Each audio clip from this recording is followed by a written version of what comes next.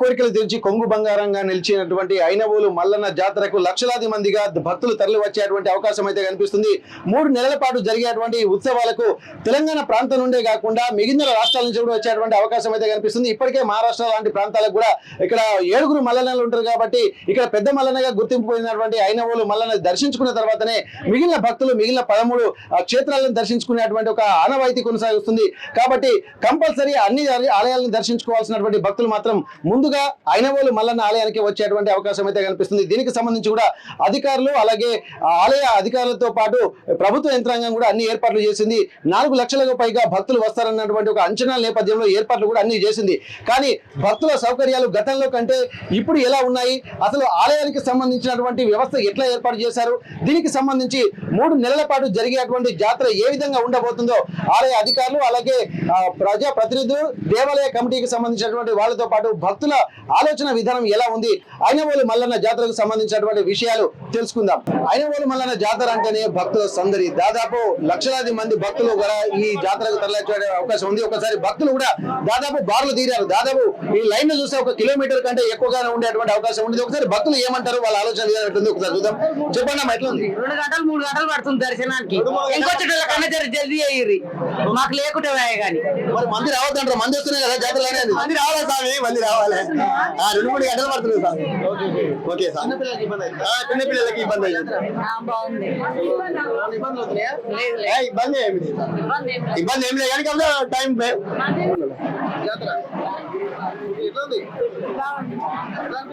మంచిగా మంచిగా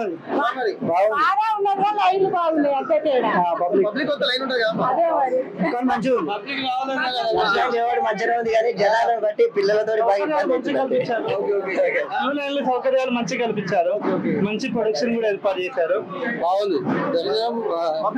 public full ఉన్నారు. సెక్యూరిటీ కూడా పబ్లిక్ బాగుంది. మళ్ళీ అందరినీ చల్లగా చూడాలి. వారం రోజులు అవుతుంది. లేదు మళ్ళీ పట్నాలు వేసుకొని చెప్తున్నాం.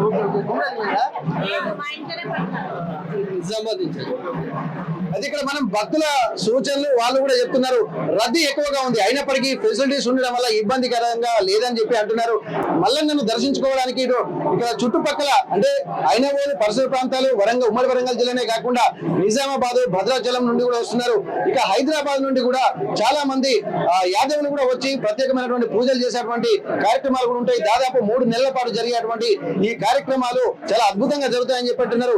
ఎటువంటి ఇబ్బందులు లేకుండా కూడా మేము జాతరను విజయవంతంగా చేయడానికి కూడా అధికారులు అలాగే ఇక్కడ ఆలయ కమిటీ సభ్యులు కూడా విశేషమైనటువంటి చర్యలు తీసుకున్నామని చెప్పినట్టుగానే భక్తుల ఒపీనియన్ కూడా తీసుకున్నాము. వాళ్ళు కూడా చాలా సౌకర్యాల పట్ల కొంత సంతోషమే వ్యక్తం చేస్తున్నటువంటి పరిస్థితి. మళ్ళనుకున్నటువంటి ప్రాసెస్ అయినా దృష్టిలో పెట్టుకుని ఎంత దూరం నుంచి అయినా తాము రావడానికి సిద్ధంగా ఇక్కడ ఉన్నటువంటి భక్తులు చెప్తున్నారు. సంక్రాంతి పర్వదినానికి ఆధ్యాత్మిక సౌరభాలు వెదజల్లుతున్నటువంటి ఐనవోలు మల్లన్న క్షేత్రం చాలా ప్రాముఖ్యమైనది. ఇప్పటికీ భక్తులు కూడా తండోపతండాలుగా తరలి వస్తున్నారు. ఆలయానికి సంబంధించి విశేష పూజా కైంకర్యాలు కూడా మొదలవుతున్నటువంటి నేపథ్యంలో మొత్తం 3 నెలల పాటు జరిగే ఇటువంటి కార్యక్రమాలకు ఎట్లాంటి పూజా కార్యక్రమాలని ఒకసారి ఆలయ పూజారులు మనతో ఉన్నారు. ఒక్కసారి వారితో మాట్లాడదాము. స్వామి, ఇప్పటి వరకు అయితే ఐనవోలు మల్లన్న పెద్ద మల్లన్నగా పేరుగాంచిన మీసాల మల్లన్నగా కోరిన కోరికలు తెచ్చి కొంగు బంగారం నిలుస్తారని చెప్పి లక్షలాది మంది భక్తులు ఈ 3 నెలల పాటు వచ్చేటువంటి అవకాశం ఉంటుంది. ఈ 3 నెలల పాటు జరిగేటువంటి పూజా కైంకర్యాలు ఎలా ఉండబోతున్నాయి, ముఖ్యంగా ఏ రోజుల్లో ప్రాధాన్యత సంతరించుకుంటుంది? ఐనవోలు గ్రామ వాసాయ శర్వాయ శశిమోలి శ్రీమన్మైలారు దేవాయ శుభదాయాస్తు మంగళం.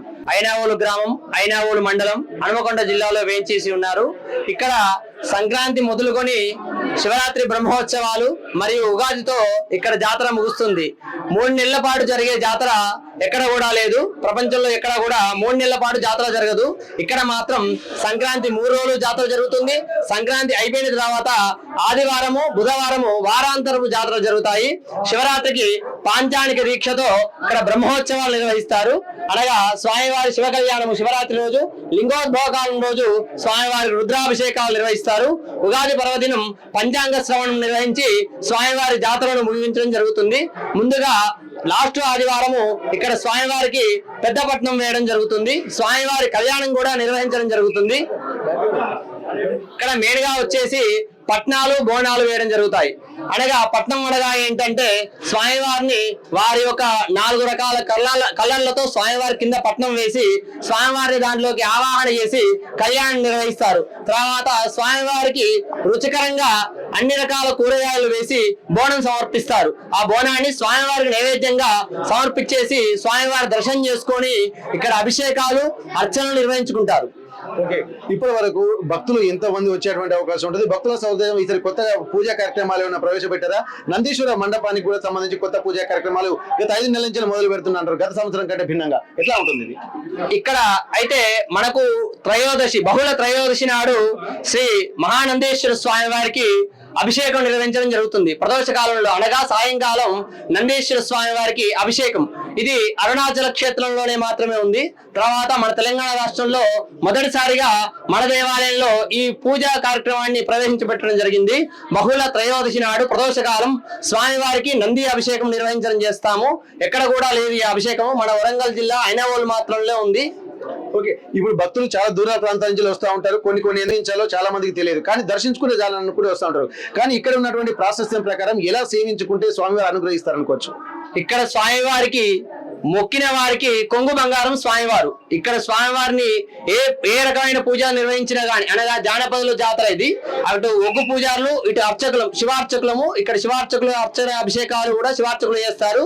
పట్నము బోనము కార్యక్రమాలు ఒగ్గు పూజారులు నిర్వహిస్తారు. ఇక్కడ స్వామివారికి బండారు సమర్పిస్తే చాలు, మీకు ఏది కావాలంటే అది సమర్పించేస్తారు స్వామివారు.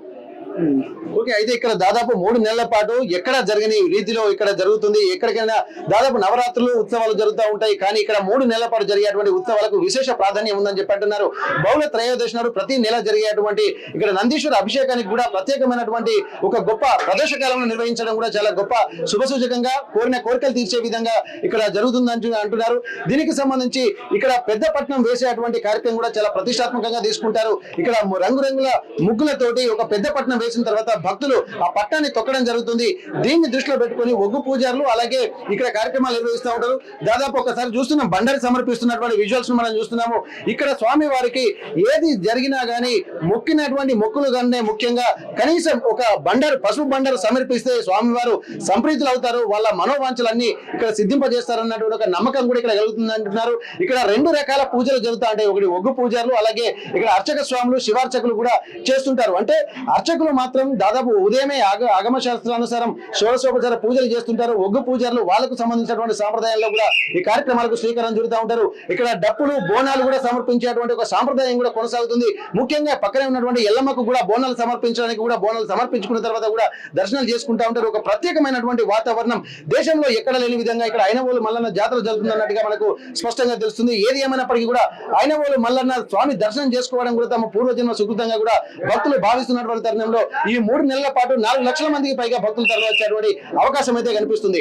ఆంధ్రప్రదేశ్ లో సంక్రాంతి పండుగకు కోళ్లి పందాలు ఎన్నో కార్యక్రమాలు జరుగుతూ ఉంటాయి, కానీ తెలంగాణకు వచ్చేసరికి మొత్తం జాతరల పండుగ. ఇటు ఐనవోలు మల్లన్న, కొమరెల్లి మల్లన్న, కొండగట్టు జాతర, కొత్తకొండ జాతర, ఇలాంటి జాతరలు కూడా ఒక అద్భుతమైనటువంటి వాతావరణం ఉంటుంది. భక్తులందరూ కూడా గుళ్ళలోకి వచ్చి ఉదయమే ఆ స్వామివారి దర్శనం చేసుకొని ఈ సంవత్సరం అంతా, ఎందుకంటే దక్షిణాయనం నుంచి ఉత్తరాయణంలోకి సూర్యుడు ప్రవేశిస్తుంటాడు కాబట్టి ఈ శాస్త్రం అనుసరించి కూడా భక్తులు కూడా ఇక్కడికే వచ్చి పొంగళ్ళు నివేదిస్తారు, బోనాలు స్వామివారికి నివేదిస్తారు. అక్కడ పైన ఉన్నటువంటి గోపురాన్ని నివేదించడం వల్ల తమకున్నటువంటి కష్టాలన్నీ పోతాయన్నటువంటి ఒక నమ్మకం ఐనవోలు జాతరలో కనిపిస్తుంది.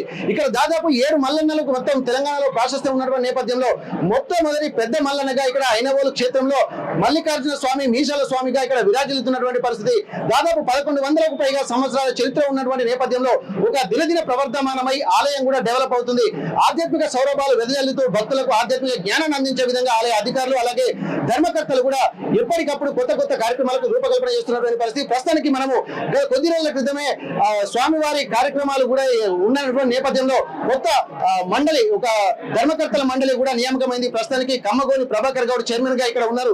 వారిని అడిగి అసలు గతంలోకి ఇప్పటికి ఉన్నటువంటి పరిస్థితులు ఎట్లా అనిపిస్తున్నాయి, అసలు ఆలయ ధర్మకర్తగా ఒక చైర్మన్ గా ఉండడం అంటే ఒక ఎంతో అద్భుతమైనటువంటి అదృష్టంగా భావించేటువంటి పరిస్థితి. ఒక ఆలయ నిర్వహణ, అలాంటి పెద్ద పెద్ద ఉత్సవాలు, మల్లన్న జాతర నిర్వహించడం కూడా కత్తి మీద సామలాగా ఉంటుంది. ఏ కార్యక్రమాలకు రూపకల్పన చేశారు, గతంలోకి ఇప్పటికి ఎట్లాంటి కార్యక్రమాలు ఇక్కడ నిర్వహిస్తున్నారు, ఒక్కసారి ఆలయ చైర్మన్ గారిని మనం మాట్లాడదాం. ప్రభాకర్ గారు చెప్పండి, ఎప్పుడైనా సరే ఆలయ నిర్వహణ అంటే మామూలు విషయం కాదు. ఎందుకంటే ఇట్లాంటి ఉత్సవాలు లక్షలాది మందిగా, ఈసారి కూడా 4 లక్షలకు పైగా భక్తులు వస్తారని చెప్పి మనకు నమ్మకం. అట్లాంటి సమయంలో ఇట్లాంటి వ్యవస్థ నిర్వహించాలంటే కూడా గ్రామీణ స్థాయిలో అందరూ అంటే కొంత ఇబ్బందికర పరిస్థితులు ఉంటాయి. మీరు కొత్త చేపట్టినటువంటి కార్యక్రమాలు ఏంటి? ముందుగా ఐనూరు మల్లన్నకు ఇచ్చేసిన భక్తులందరికీ సంక్రాంతి శుభాకాంక్షలు. అలాగే పోలీస్ వ్యవస్థ కూడా దీనికోసం పటిష్టగా వేసిన పోలీస్ వ్యవస్థకు, ఆర్డబ్ల్యూఎస్ వ్యవస్థకు, అలాగే గ్రామ పంచాయతీ వ్యవస్థకు, అలాగే మన మున్సిపాలిటీ కార్పొరేషన్ వ్యవస్థకు అందరికి కూడా ధన్యవాదాలు.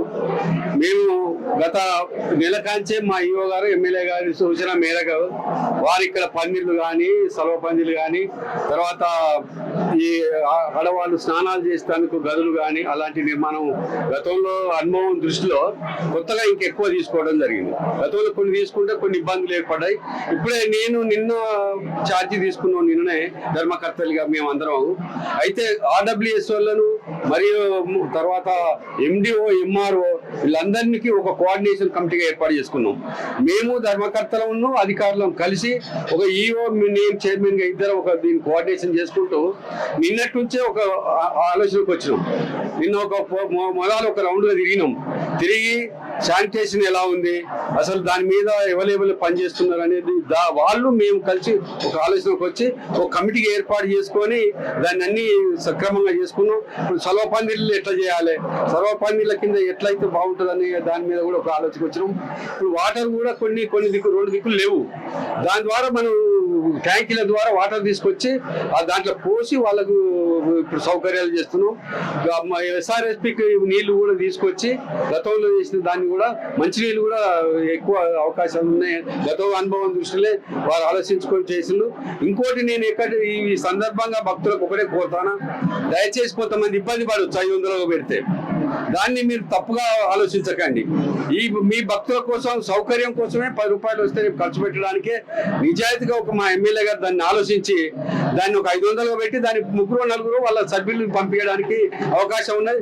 దాని ద్వారానే వీళ్ళకి ఎవరు కూడా విఐపీలు రాకుండా ఒక్క ఎమ్మెల్యే గారు వస్తేనే ఎన్నో ఆలోచిస్తాం.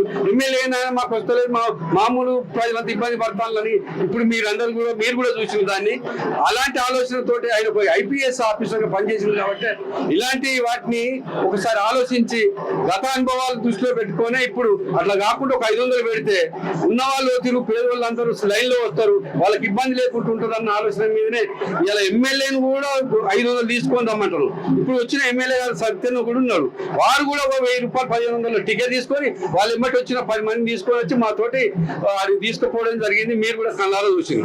దీని ద్వారా వేరే పార్టీ వాళ్ళకు కూడా ఈ సందర్భంగా నేను ఒక సూచన ఇస్తున్నా, దయచేసి ఇంకేమన్నా ఇలా తప్పులు ఒప్పులు ఉంటే సలహాలు చెప్పండి, మేము వినడానికి సిద్ధంగా ఉన్నాం. కానీ దీన్ని రాజకీయం చేయకండి. రాజకీయం చేసి మమ్మల్ని ఇబ్బంది పెట్టి మీరు ఇబ్బంది పడు భక్తులకు ఏదో చెప్తే పేపర్లో పడడానికి ఆలోచించకండి. దయచేసి పని చేద్దాం. మీరు కూడా కమిటీలో రాండి, నా దగ్గర రాండి. మీరు కూడా దాంట్లో కమిటీగా భావించుకోండి. మండల నాయకులు వచ్చా మీరందరం కలిసి ఇలా పార్టీలకు ఆస్వాదించకుండా ఒక ధర్మకర్తలుగా ప్రజలకు, రైతులకు, వీళ్ళకు భక్తులకు సేవ చేయడానికి మీరు ముందుకు వస్తే మేము కూడా ఏకీభవిస్తామని మనం చేస్తూ ఇవన్నీ అనుభవం దృష్టిలో చేసిళ్ళు. దీన్ని కూడా మా ఎమ్మెల్యేలు వేరే విధంగా ఆలోచించుకోకండి. ఇంకా తప్పులు ఏమైనా ఉంటే సూచనలు అండి ఎమ్మెల్యే గారు కానీ నేను కానీ ఏదైనా తప్పులు ఇప్పటికి ఏదైనా జరిగినా మమ్మల్ని భక్తులు క్షమించాలని కూడా మళ్ళొక్కసారి మనం చేస్తూ ఇక ముందు ఈ అనుభవం వచ్చే సంవత్సరం ఇంకా మేలుగా మీకు చేస్తామని కూడా ఈ సందర్భంగా మీ అందరికీ పత్రిక ద్వారా, వీడియో ద్వారా తెలియజేసుకుంటారు. ఓకే, అయితే ఇక్కడ మనం గమనించాల్సింది ఏంటంటే భక్తులు వస్తుంటారు, కానీ కొంత ప్రజా ప్రతినిధులు అన్నప్పుడు కూడా మనం వాళ్ళని గౌరవించాల్సినటువంటి పరిస్థితి ఉంటుంది తప్ప రాజకీయాలకు తాము ఇవ్వకూడదనే ఒక సూచనలు కూడా చేస్తున్నారు. భక్తులు ఆధ్యాత్మికంగా స్వామివారిని దర్శించుకోవాలి తప్ప ఒక రాజకీయాలకు కూడా ఇక్కడ అతీతంగా ఉండకూడదు అన్నటువంటి ఒక సూచనలు కూడా చేస్తున్నారు. సలహాలు సూచనలు ఉంటే కలిసి ఆలయ అభివృద్ధికి దోహదపడాలన్నటువంటి ఒక ఆలోచనలు అలాగే సూచనలు చేస్తున్నటువంటి పరిస్థితి. అలాగే ఇక్కడ ఉన్నటువంటి ఆలయంకు గత సంవత్సరానికి ఈ సంవత్సరానికి ప్రతిసారి జరుగుతున్నటువంటి ఉత్సవాలకు కూడా ఇక్కడ శానిటేషన్ తో పాటు 36 విభాగాలకు సంబంధించి కూడా అన్ని శాఖల సమన్వయంతో కూడా ఆలయాన్ని కూడా అభివృద్ధి చేస్తామని చెప్పంటున్నారు. ఎట్టి పరిస్థితుల్లో ఈ సంవత్సరం జరిగేటువంటి ఆలయ అధికారులు కానీ అలాగే అడ్మినిస్ట్రేషన్ తో పాటు ఇక్కడ ధర్మకర్తల మండలి కూడా ఆలయం యొక్క ఉత్సవాలను విజయవంతంగా చేయడానికి ప్రతి ఒక్కరము కృషి చేద్దామని చెప్పంటున్నారు. ఎవరికైనా ఇబ్బందికర పరిస్థితి ఉంటే సలహాలు ఇస్తే ఖచ్చితంగా దాన్ని పాటిస్తాం తప్ప వేరే రకంగా రాజకీయంగా దీన్ని వాడుకోవద్దన్నటువంటి ఒక సూచనలు కూడా చేస్తున్నటువంటి పరిస్థితి. ప్రత్యేకంగా కొత్తగా ఏర్పాటు చేసినటువంటి నందీశ్వర మండపం ఉంది. దాదాపు ఇక్కడ చూసినట్టయితే కొన్ని గొప్ప ఆధ్యాత్మిక క్షేత్రాల్లో ఎట్లాంటి పకడ్బందీ కార్యక్రమాలు చేపడతా ఉంటారో, ఆధ్యాత్మికంగా ఉండేటువంటి ఏ కార్యక్రమాలు ఉంటాయో ఇక్కడ కూడా ఒక్కొక్కటి ఇంప్లిమెంట్ చేస్తున్నారు. గతంలో ఈ వసతులు లేకుండే, కానీ ఇప్పుడు మాత్రం నందీశ్వర మండపం చుట్టూ ఇక్కడ శివుడికి అభిముఖంగా ఉండేటువంటి నందీశ్వరుడు ఎప్పుడు కొంత ఈ రాతి మేడల మధ్య ఉండేది, కానీ ఇప్పుడు కొత్తగా ఇప్పుడు మనం చూస్తున్నాము దాదాపు ఒక గోల్డ్ కోట్ లాగానే కనిపిస్తుంది. మొత్తం ఇక్కడ ఈ చుట్టూ నందీశ్వర మండపం చుట్టూ ఒక ప్రదక్షిణ కూడా చేసే విధంగా, అంటే లోపలికి రాకుండా కొన్ని రిస్ట్రిక్షన్స్ ఉండే విధంగా కూడా ఏర్పాటు చేస్తారు. ప్రస్తుతానికైతే నందీశ్వరుని మనం చూస్తున్నాము, ఆయన వాళ్ళు మనం చూస్తూనే ఉంటారు, కానీ దీనికి సంబంధించి కూడా తనకు కూడా ఒక గుర్తింపు తీసుకొచ్చే విధంగా ఆలయ అధికారులు కూడా ఏర్పాటు చేశారు. ప్రస్తుతానికి ఆలయ ఈవో గారు మనతో ఉన్నారు. ఒక్కసారి దీని ఆ కథా కమం ఇష్యూ, ఎందుకు ఈ మండపాన్ని ఏర్పాటు చేయాల్సి వచ్చింది, చుట్టూ ఏమైనా ఇబ్బందులు గతంలో ఇదివరకు ఉన్నటువంటి సంస్కృతి సంప్రదాయాలు కొనసాగిస్తున్నారు, ఏమైనా జరిగింది సార్? అంటే మనకు నందీశ్వరుడు ఏంటంటే శివునికి ప్రతిరూపంగా నందీశ్వరుడు ఇక్కడ ఉంటాడు. అందుకోసం నేను అరుణాచలంలో ఏంటంటే చాలా ప్రాముఖ్యత నందీశ్వరుని అభిషేకం అరుణాచలంలో మాత్రమే చేస్తారు. మనకు ప్రదోష కాలం నందీశ్వర అభిషేకం అని ఉంటది. బహుళ త్రయోదశి నాడు నెలకు ఒకసారి అమావాస్య ముందు త్రయోదశి నాడు చేస్తారు. ఈ అభిషేకంలో పాల్గొన్న వాళ్లకు సర్వరోగ నివారణ, అంటే ఎలాంటి గ్రహపీడాలు కానీ ఎలాంటి ఇబ్బందులు ఉన్నా కూడా సర్వం కూడా నివారణ అయ్యే పరిస్థితి ఉంటుంది. అందుకోసమే మా బ్రాహ్మణులను వాళ్ళను అర్చక స్వాములను వీళ్ళందరినీ కూడా వేద పండితులను కూడా వారి సలహాలు తీసుకొని మన దగ్గర అయిన వల్ల మొట్టమొదటిసారిగా తెలంగాణ రాష్ట్రంలో ఫస్ట్ టైం ఏర్పాటు చేయడం జరిగింది. మనకు ఎప్పుడంటే మన శ్రావణ మాసంలో ఈ యొక్క అభిషేకం ఏర్పాటు చేయడం జరిగింది. ప్రతి నెల బహుళ త్రయోదశి నాడు సాయంకాలం 6 గంటల నుంచి చేయడం జరుగుతుంది.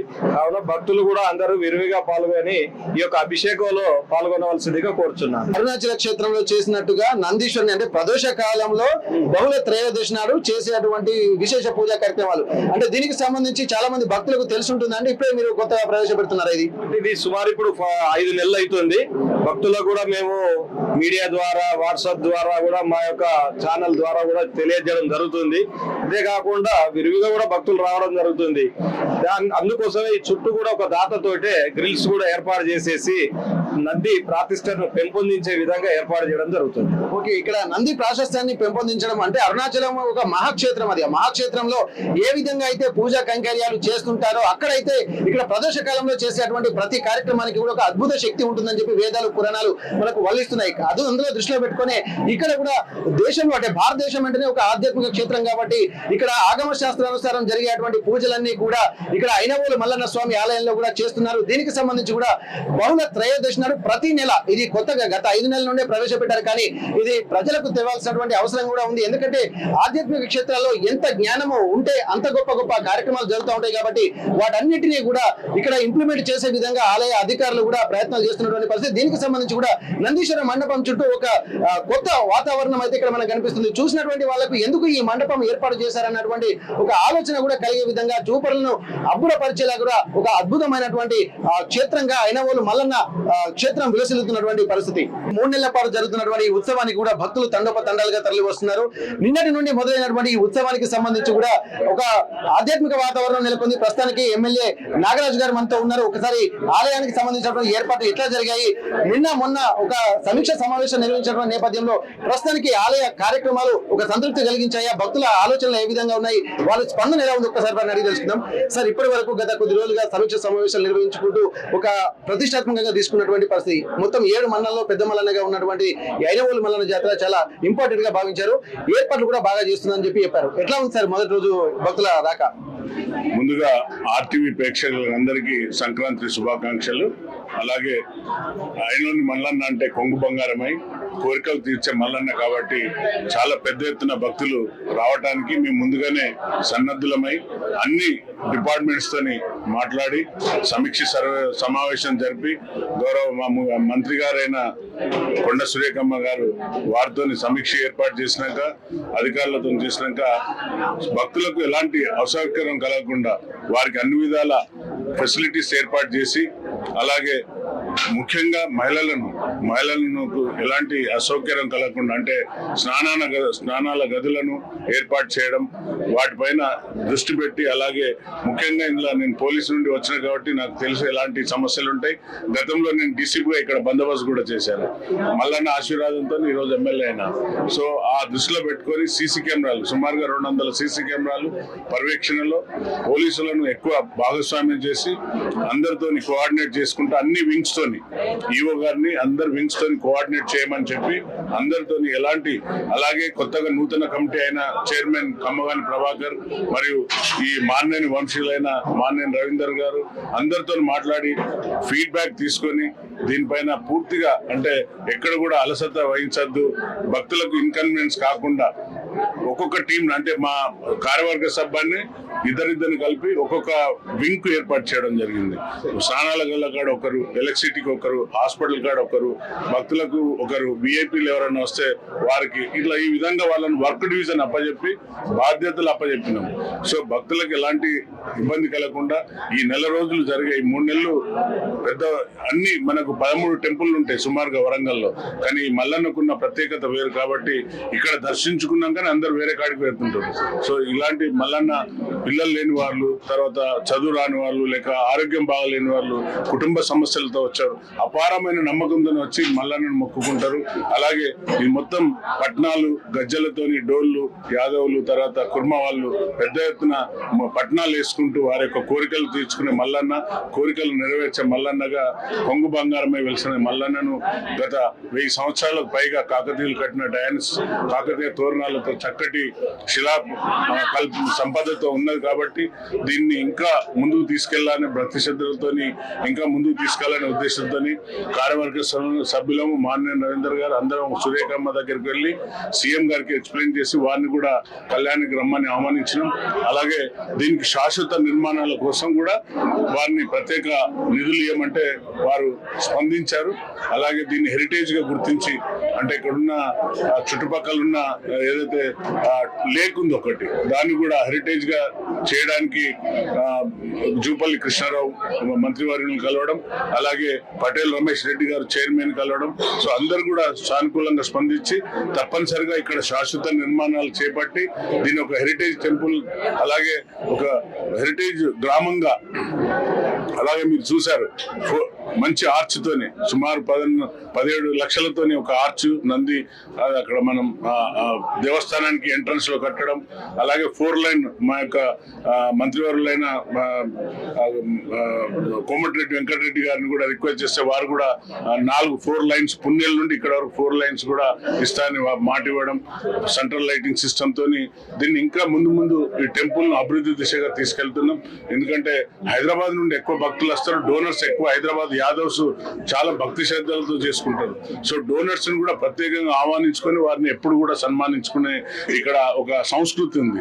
సో ఇలాంటి టెంపుల్ ను మేము ఎప్పుడు కూడా పెద్ద గొప్ప టెంపుల్ కాబట్టి భక్తులకు ఎలాంటి ఇబ్బంది కలగకుండా అన్ని పర్యవేక్షణలు జరుగుతుంది. దాదాపు పశ్చిమ చాళుక్యులు నిర్మించినటువంటి ఈ ఆలయానికి దాదాపు 1100 ఏళ్లకు పైగా చరిత్ర ఉంది. ఆ వంశ పారంపర్యం నుంచి వస్తున్నటువంటి ఇక్కడ ప్రస్తుతానికి ఉన్నారు ఆలయ ధర్మకర్తలుగా గత దశాబ్దాల కాలం నుంచి శతాబ్దాల కాలం నుంచి ఉన్నారు. ఒక్కసారి అప్పటి నుండి ఇప్పటి వరకు వారికి తెలిసినటువంటి ఎలాంటి పరివర్తన చెందుతుంది, భక్తుల యొక్క ఆధ్యాత్మిక వాతావరణం ఎట్లుంది, ఇక్కడ ఆలయ విశిష్టతను కూడా ఒక్కసారి వారి మాటలు విందాం. రవీంద్రరావు గారు మీరు చెప్పండి సార్, ఇప్పటి వరకు ఏంటంటే దినదిన ప్రవర్ధమానమై వెలుగొందుతున్నటువంటి ఆలయానికి సంబంధించి మీరు ఏం చెప్పదలుచుకున్నారు? ఇప్పుడు మొదటికి ఇప్పటికి చాలా ఐలోని మల్లన్న దేవాలయం చాలా అభివృద్ధిలోకి వచ్చింది, ఇంకా కూడా అభివృద్ధి దశలోకి వెళ్తున్నది. భక్తుల సంఖ్య కూడా ప్రతి సంవత్సరం పెరుగుతూ వస్తున్నది. సంక్రాంతి నుంచి ఉగాది వరకే అనే నానుడు జాతర అనేది ఉండేది, కానీ ఇప్పుడు 360 రోజులు కూడా నడిచే విధంగా ఆదివారం బుధవారం కూడా భక్తులు వస్తున్నారు. కాబట్టి అన్ని రకాల వసతులు సౌకర్యాలు ఏర్పాటు చేయడంలో మా ఎమ్మెల్యే నాగరాజు గారి నాయకత్వంలో మరి ఇక్కడ నూతన కమిటీ ఏర్పాటు చేశారు ప్రభాకర్ గారు, వారందరూ కూడా అందరి నాయకత్వంలో బ్రహ్మాండంగా ఏర్పాటు జరుగుతున్నాయి. ఎవరికి కూడా ఎలాంటి అసౌకర్యం లేకుండా చేస్తున్నాం. దాదాపు మంచిగా నడుస్తున్నది, దర్శనాలు కూడా బాగా అవుతున్నాయి. కాబట్టి రేపు బండ్లు కార్యక్రమం కూడా ఉంది. మా మార్నేనికి సంబంధించినటువంటి పెద్ద బండి కూడా రేపు కడతాం. రేపు దేదీప్యమానంగా LED లైట్ల వెలుగులో బ్రహ్మాండంగా గ్రామం నుంచి ఊరేగింపుగా వచ్చి ఇక్కడ దేవాలయం చుట్టూ 3 ప్రదక్షిణలు చేసుకొని మొక్కుబళ్ళు చెల్లించుకొని అన్ని చుట్టుపుళ్ళకి వెళ్ళి కూడా బండ్లు వచ్చి తిరగడం జరుగుతూ ఉంటుంది. కాబట్టి ఈ విధంగా జరుగుతుంది. శివరాత్రి నాడు కళ్యాణం కూడా జరుగుతుంది. తప్పకుండా మరి ఇంకా కూడా ఈ కాకతీయ శిల్పకళా తోరణాలు తర్వాత శిల్పకళా సంపదతో కూడుకొని దర్శనీయ స్థలంగా ఉన్నటువంటి ఏకైక దేవాలయం ఐలోని మల్లన్న దేవాలయం. కాబట్టి భక్తులందరూ కూడా మరి ఇచ్చేసి దర్శనం చేసుకొని మీ ఒక మొక్కుబళ్ళు చెల్లించుకొని మీకు కావాల్సినటువంటి కోరికలు నెరవేర్చుకునే విధంగా మల్లికార్జున స్వామి ఆశీస్సులు తీసుకోవాలని వారందరికీ మరొకసారి విజ్ఞప్తి చేస్తాం. కాకతీయ సామ్రాజ్యం అంటేనే శైవం విలసిల్లినట్టుగా మనం ప్రసిద్ధిగాంచింది. మొత్తం 13 ప్రముఖ క్షేత్రాలు తెలంగాణలో ఉన్నాయంటున్నారు. ముఖ్యంగా ఐలోని మల్లన్న దర్శనం తర్వాతనే మిగిలిన దర్శనాలు వెళ్తారు కాబట్టి భక్తులు తండోపతండలుగా ఇక్కడికి వస్తుంటారు. గతంలో ఒక 3 నెలలు మాత్రమే జరిగేటువంటి ఈ పండుగ సంవత్సరం పొడుగునా జరిగేటువంటి విధంగా ఏర్పాట్లు చేస్తామంటున్నారు. దీనికి సంబంధించి కూడా రాష్ట్ర ప్రభుత్వం నుంచి కూడా ప్రత్యేక నిధులు కూడా కేటాయిస్తున్నటువంటి నేపథ్యంలో ఇది దినదిన ప్రవర్ధమానమై భక్తులకు కొంగు బంగారం ఇచ్చేటువంటి మల్లన్న క్షేత్రంగా విరాజిల్లుతుందని చెప్పి ఇక్కడ ఎమ్మెల్యే గారు అలాగే ధర్మకర్తలు కూడా చెప్తున్నటువంటి పరిస్థితి. ఐనవోలు మల్లన్న ఆలయం నుండి కెమెరా పర్సన్ నాగర్తో వెంకటరత్నం, RTV వరంగల్. మరిన్ని వీడియోస్ కోసం ఛానల్ ని సబ్స్క్రైబ్ చేయండి. లేటెస్ట్ అప్డేట్స్ కోసం వాట్సాప్ ఛానల్ ని ఫాలో అవ్వండి. ఆ లింక్ డిస్క్రిప్షన్ లో ఉంది.